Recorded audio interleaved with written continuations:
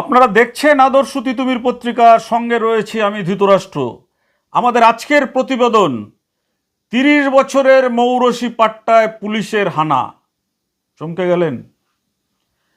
বনগাঁয় ১০,০০০ litre kerosene উদ্ধার, আটক ৩ কালোবাজারি। এবার বলুন তো, ৩০ বছর ধরে বনগাঁ যে নিউ মার্কেট, সেই নিউ মার্কেটে রেশন দোকানে বন্টন করা যে নীল কেরোসিন তেল, সেই কেরোসিন তেলের কালোবাজারি চলছে এবং সেটা ব্যবসায়ী নিজে বলছেন পুলিশের কাছে ৩০ বছর ধরে ব্যবসা চালাচ্ছেন এবং সেখান থেকে ১০,০০০ লিটার, মানে বুঝতে পারছেন, একটা ড্রামে ২০০ লিটার করে থাকে। ১০,০০০ লিটার মানে হচ্ছে ৫০ ব্যারেল তেল। এবং দোকানদার সাফাই কে দিচ্ছে যে অনেক লোক এসে তাদের কাছে বিক্রি করে, সেইটা তারা বিক্রি করে। কি মানে বোকা বোকা কথা।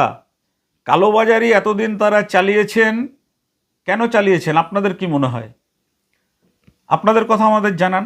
আমাদের কথার সঙ্গে যদি মেলে তাহলে কমেন্ট করবেন। আমাদের কিন্তু মনে হয় যে পুলিশ, রাজনৈতিক নেতা সবাই মিলে এই কালোবাজারিটা করেছেন। এখনকার খাদ্যমন্ত্রী তিনি বনগাঁ থেকে জিতেছেন এবং এনফোর্সমেন্ট ব্রাঞ্চ, বনগাঁ জেলা পুলিশ, বনগাঁ থানায় একজন খুব আদর্শবান পুলিশ অফিসার যোগ দিয়েছেন। তিনি হচ্ছেন সতীনাথ চট্টরাজ। ভুল করবেন না কিন্তু, ইনি বিশ্ববন্ধু চট্টরাজের কেউ হন না, ইনি সতীনাথ চট্টরাজ। আর এনার সঙ্গে আর একজন ভালো, আমাদের ব্যারাকপুর পুলিশ কমিশনারেটের এসিপি ছিলেন ঘোলা জোনের, ডিএসপি তনয় চ্যাটার্জি। তনয় চ্যাটার্জি ঘোলায় থাকাকালীন হাত খুলে কাজ করতে পারেননি, কারণ হচ্ছে ঘোলার যিনি আইসি ছিলেন বিশ্ববন্ধু চট্টরাজ, তাকে অনেকটা বোতলবন্দি করে রেখেছিলেন। কারণ বিশ্ববন্ধু তাকে বলতেন যে অ্যাসিড মেরেছে, উনি বিশ্ববন্ধুর কথাতেই লিখতেন অ্যাসিড মেরেছে। ভালো মানুষ। সেই মানুষটার এবার অপারেশন দেখুন, যে একটা ভালো মানুষ যদি আরেকটা ভালো মানুষের সাথে যোগ দেয় তাহলে কি হতে পারে। বিশ্ববন্ধুর আমলে ঘোলা থানা এলাকায় উনি ছিলেন, যার জন্য বিশ্ববন্ধুর ২ নম্বরের জন্য ওনাকে কলকাতা হাইকোর্টে দৌড়াতে হয়েছে। এখনও অনেক কেস রয়েছে। কিন্তু বনগাঁয় গিয়ে উনি যখন বনগাঁর ডিএসপি হলেন, সেখানকার বনগাঁ থানার আইসি সতীনাথ চট্টরাজ, বনগাঁয়ের আগেও উনি বেশ কয়েক বছর আগে ছিলেন, মধ্যমগ্রামে ছিলেন, যথেষ্ট ভদ্রলোক এবং পুলিশের কাজ সম্পর্কে খুব অভিজ্ঞ। ওই অন্যের মতন, বিশ্ববন্ধুর মতন যে বলে আমি আইনের ছাত্র, আমি ওই করি সেই করি, মানুষকে ধমকাই চমকে, এরকম নয়, ভালো মানুষ। তারা এই গরিব বরাদ্দের নীল কেরোসিন ৩০ বছর ধরে চলছিল কালোবাজারি, বনগাঁ নিউ মার্কেটে কেউ হাত দেয়নি এতদিনে। অবশেষে ডিএসপি তনয় চ্যাটার্জি, আইসি সতীনাথ চট্টরাজ ও এনফোর্সমেন্টের যৌথ হানায় ফাঁস হলো চক্র। উদ্ধার প্রায় ১০,০০০ লিটার কেরোসিন। মাথায় রাখবেন, ১০,০০০ লিটার কেরোসিন। আটক ৩ ব্যবসায়ী। দেখুন সেই ভিডিও, সরাসরি কিভাবে হানা দিলেন এবং কিভাবে দোকানদারকে ধরলেন, তার ভিডিও চিত্রটা দেখুন, তারপর বাকি প্রতিবেদনটা শুনুন।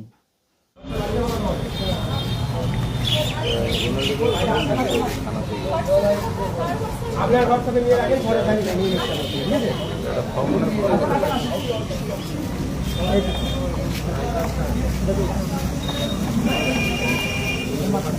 এদিকে বসুন,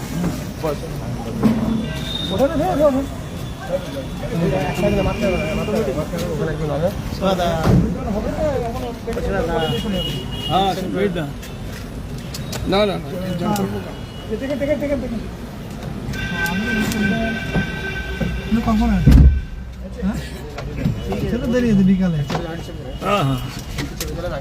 একটু করে আগে, হ্যাঁ ব্যাস কষ্ট হয়ে যাবে, ও হয়ে যাবে, এই তো হয়ে গেল।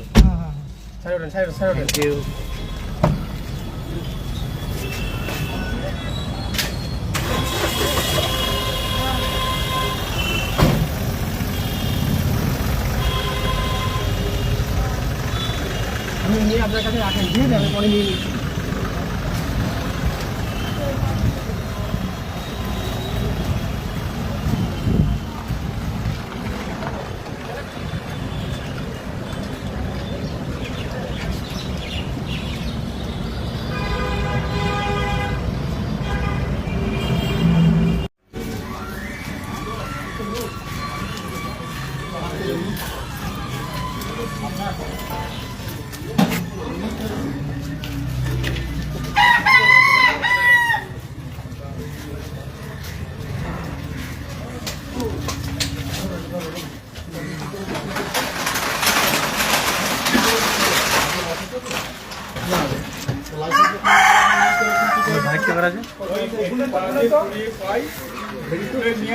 এগুলো কি সবই নীল?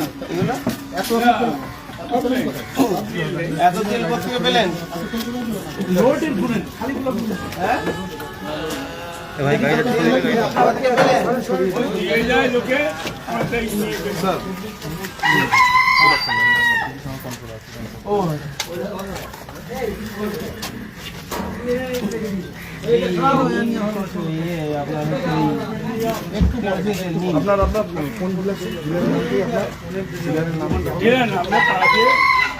পুড়িয়ে নিয়ে এসে লোকে দেয়, তাই বেশি ডিলার নয় না। আপনি এরকম ওপেন বিক্রি করছেন? ওই কুড়িয়ে দেয়, আমরা কিনে বেশি। মানে এটা কি এখন কত ব্যারেল তেল আছে? কত ব্যারেল তেল আছে এখন? গুণা নেই দাদা। তাও মোটামুটি আন্দাজে এই আমাদের ভিডিও হচ্ছে তো, আন্দাজে কত ব্যারেল আছে বলুন? গুণা নেই স্যার। আন্দাজে আন্দাজে হয়তো 10-15-20 বেলা আছে। 10-20 ব্যারেল আছে। সবটাই নীল তেল তো? সবটাই নীল হ্যাঁ, তেল? নীল সবটাই নীল। যেটা আছে। তাহলে আপনার কোনো লাইসেন্স নেই, আপনি পাবলিকের কাছ থেকে নিয়ে হ্যাঁ, বিক্রি করছেন। এই রাস্তা দিয়ে কুড়িয়ে আনে। কত টাকা করে লিটার বিক্রি করছেন? আমরা কিনে 80 টাকা, 25 টাকা বেশি। কেনা 80 টাকা মানে কাজ করতে হবে।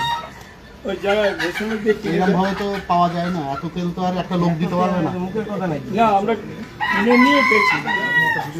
কত মানে কি বলে, আপনি এই দোকান কি আপনার? এই দোকানটা হ্যাঁ, আমার। কত বছর ধরে এটা চালাচ্ছেন? কত বছর ধরে চালাচ্ছেন? আমি ধরুন এখানে আছি প্রায় 30 বছর। মানে চালাচ্ছিল 30 বছর ধরে? হ্যাঁ, বেশ। এইভাবেই তেল বিক্রি করছেন? হ্যাঁ, বেশ। তো আপনি জানেন না যেটা ইলিগাল?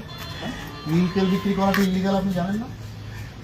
বেশি দাদা স্যার, জানেন কি বিলের না? থেকে যে না জানি, জানি। জানেন না নীল তেল ব্যাপারটা অন্যায়টা? অন্যায়, হ্যাঁ। এটা জানেন তো? হ্যাঁ, জানি। তাহলে জেনে বুঝেই করছেন। ঠিক আছে, আমাদের আর কোনো টাইম ওয়েস্টে লাভ নেই। কত হলো? ফুল ব্যারেল কত আছে আপনার এখানে? ফুল ব্যারেল কতগুলো আছে এখানে? ওই যা আছে এখানে আছে স্যার। আরে গা আছে কটা? বলুন আছে কতগুলো আছে বলুন, আপনি তো বিক্রি করছেন, আপনি তো জানেন। কত বলুন তাহলে সেটা। ওই 20-30 বেল আছে দাদা। 30 করে এক একটা ব্যারেল কত করে? কতটা থাকে? এক একটা আমি ব্যারেলে কোনো অসুবিধা করছি না। এক একটা ব্যারেলে কত করে থাকে? কত লিটার তেল এই থাকে? 200 লিটার। সব 200 লিটার করে আছে। কটা ব্যারেল? 20-30টা আছে। 20-30টা। এখানে তো এই কটা, আর বাকিগুলো কোথায়? আর নেই। আপনার নিশ্চয়ই হিসাব আছে, ঠিক করে বলুন এক্সাক্ট। হ্যাঁ, আমি বলে দিব। আমি কোনো খারাপ কিছু বলছি না। এই দাদা আর কোথায়?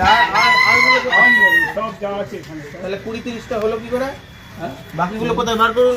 আর কোথাও নেই। কোথায় ঢুকিয়ে রেখেছেন? অন্য জায়গায় রেখেছেন? আমি কোথাও রাখিনি স্যার। তো 17টা ব্যারেল দেখা যাচ্ছে। ওই যা আছে এখানে হ্যাঁ? আছে। এদিকে আছে। ও আচ্ছা, এদিকেও আছে। হ্যাঁ,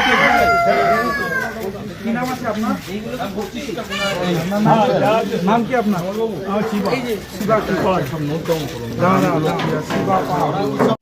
এই যে আপনারা দেখলেন তো, এই যাকে দেখলেন ইনি হচ্ছেন বনগাঁ পুলিশ জেলার ডিএসপি তনয় চ্যাটার্জি। আর যিনি গিয়ে একেবারে কত আপনি তেল কি করেন না করেন যে জিজ্ঞাসা করছিলেন, মানে একেবারে বোঝা যায় যে এটাই হচ্ছে আসল পুলিশ তদন্তের।